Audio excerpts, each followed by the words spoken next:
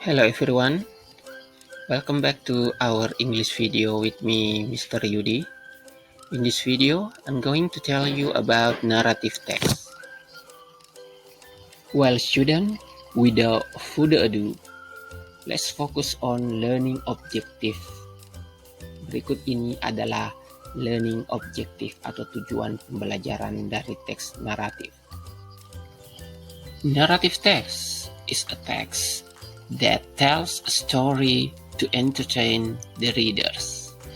A narrative often includes an orientation, conflict, and resolution. A narrative is usually fiction or a made-up story.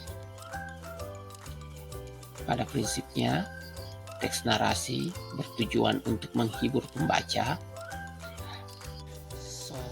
Social function, the social function of narrative text bertujuan untuk to tell a story of someone or something from the past event. Jadi menceritakan cerita dari sesuatu atau seseorang dari kejadian di masa lampau. Atau bisa juga to entertain or amuse the readers or listener. Jadi tujuannya juga adalah untuk menghibur, memberikan hiburan kepada pembaca atau pendengar regarding about a story in the past. Jadi berhubungan dengan cerita di masa lampau. So the structure of narrative text, ada 3 strukturnya, ada 3 bagiannya. Yang pertama adalah orientation. Di sini berisi tentang scene is set, tempat, waktu, latar, di mana lokasinya. Character are introduced, jadi diperkenalkanlah siapa-siapa atau apa-apa yang berperan yang ada dalam cerita tersebut. The second, complication. Bagian kedua dinamakan complication. Consist of problem, ada masalah dalam cerita itu. Kemudian masalah-masalah tambahan yang ada, kemudian yang mengarah kepada puncak permasalahannya. And then the last, resolution, consists of part which is the conflict are solved.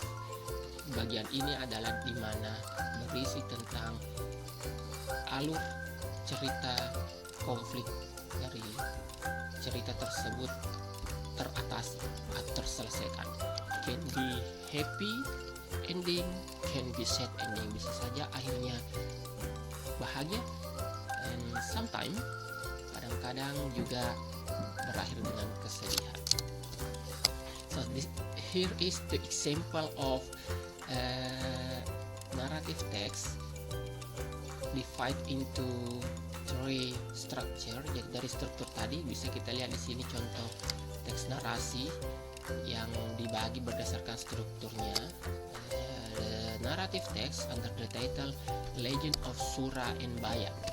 Legenda Sura dan Baya, atau awal mula kota Surabaya itu, nama kota Surabaya itu muncul. Di bagian orientation ada long time ago, di sini scene is set, waktu. There were 2 animals, Sura and Baya. Jadi di sini ada waktu dan karakternya diperkenalkan. Ada 2 karakter, Sura and Baya. Sura means Japanese language, artinya hiu, dan Baya ya buaya. Di bagian complication, then they fought for the god. Di sini digambarkan mereka bertaruh untuk mendapatkan kambing. Jadi di sini ada ceritanya, konfliknya adalah pertarungan Sura and Baya untuk mendapatkan seekor kambing. Di sini ada konflik tambahannya adalah Baya was very angry when he knew the Sura broke the promise. Jadi Baya sangat marah karena si Sura melanggar, mengingkari janjinya. And then resolution, Sura finally gave up. Akhirnya Sura menyerah and went back to the sea. Baya was happy. Jadi endingnya adalah happy, melahirkan karena salah satu dari karakter menyerah dan kembali ke habitatnya, dan akhirnya karakter yang lain hidup dengan bahagia. So that's the simple example of narrative text divided into the structure. Jadi contoh teks narasi yang dibagi ke dalam strukturnya. So this is the last part in this video. Bagian terakhir adalah language feature of narrative text. Unsur kebahasaan dari teks naratif, of course, simple past tense, mostly simple past tense, or 100% bahkan semuanya past tense. And then there must be time conjunction, kata penghubung waktu. Then kemudian before that, sebelum itu, when, ketika, maksud saya, finally, akhirnya. Kemudian using adverb of time, tentu ada kata keterangan waktu. Once upon a time, suatu zaman dahulu kala. One day, suatu hari, and etc. dan lain sebagainya. Using action verb, tentu ada kata kerja langsung berupa action seperti kill, membunuh, duck,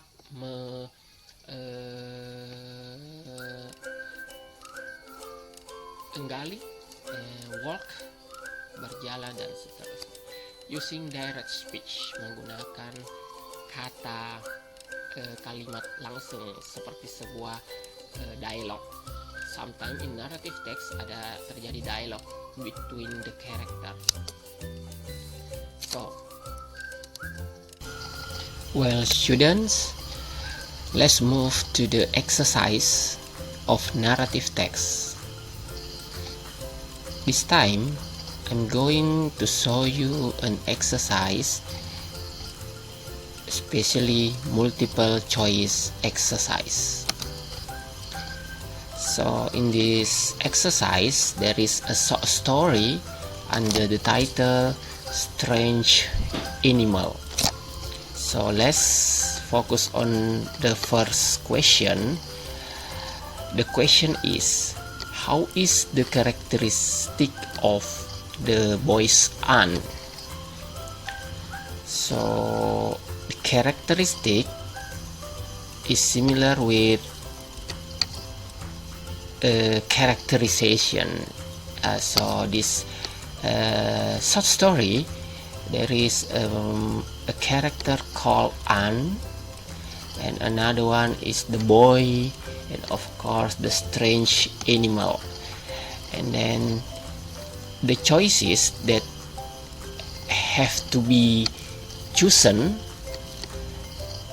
A, fierce, in bahasa means jahat, or we can see galak. B, kind, in bahasa means baik hati. Wise, bijak. Bossy is similar with in bahasa suka memerintah, and gorgeous, tampan atau rupawan. So let's check out the correct answer. Jadi jawaban yang benar untuk soal ini adalah, kita fokus ke bagian paragraf kedua. Di sini ada kata the aunt insist on sending the boy to pick fruit there. Di sini ada kata insist. Insist itu dalam bahasa Indonesia berarti memaksa atau bersikeras. So, bersikeras menunjukkan sifat atau karakter yang mengarah ke suka memerintah.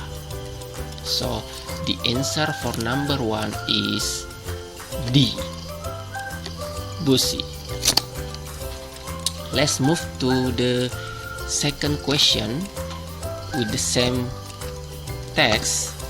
So, what did the boy do when he saw the animal? So, jenis pertanyaan ini merupakan informasi rinci tersurat dalam teks. Jadi apa yang anak laki-laki itu lakukan ketika dia melihat binatang tersebut. So di sini, di bagian sini, especially in third paragraph, di sini ada kalimat out of the bush come the strange animal. Ternyata di semak-semak muncullah atau hadirlah binatang yang aneh tersebut. So, pertanyaannya ketika muncul berarti jawabannya berada di sekitar paragraf ini. Apa yang anak laki-laki itu lakukan? So, kita lanjut membaca. It was just as his friend had described. Jadi di sini menjelaskan bahwa binatang itu persis yang dideskripsikan oleh temannya. Kemudian anak laki-laki itu sangat ketakutan. Secepatnya he took out the drum, mengeluarkan drum yang dia bawa dan mulai menabuhnya atau memukul drum tersebut. So, apa yang anak laki-laki lakukan adalah, kita lihat di sini ada drum, kata kuncinya. He took out his drum and beat it. So, it's tersurat sama persis dengan yang ada di paragraf ini. Ya, took out the drum and beat it, dan memukulnya. So, itulah dua pertanyaan dalam bentuk pilihan ganda yang bisa menjadi bahan untuk lebih memahami sebuah short story naratif teks. Jadi sekali lagi, jenis pertanyaan seperti ini sesuai dengan tujuan pembelajaran adalah ingin menganalisis characterization atau sifat dari karakter dalam cerita, dan pertanyaan ini merupakan bentuk analisis dari informasi rinci yang tersurat dalam cerita tersebut. So, demikianlah contoh soal latihan yang bisa Bapak tampilkan dalam video pembelajaran kali ini. So, it is the end of the video. Mudah-mudahan pembahasan dalam video ini bermanfaat, dan see you on the next video. So, keep trying, keep learning, keep reading a lot, and keep practicing your English to make you better and fluent in speaking English. So, see ya and have a nice day.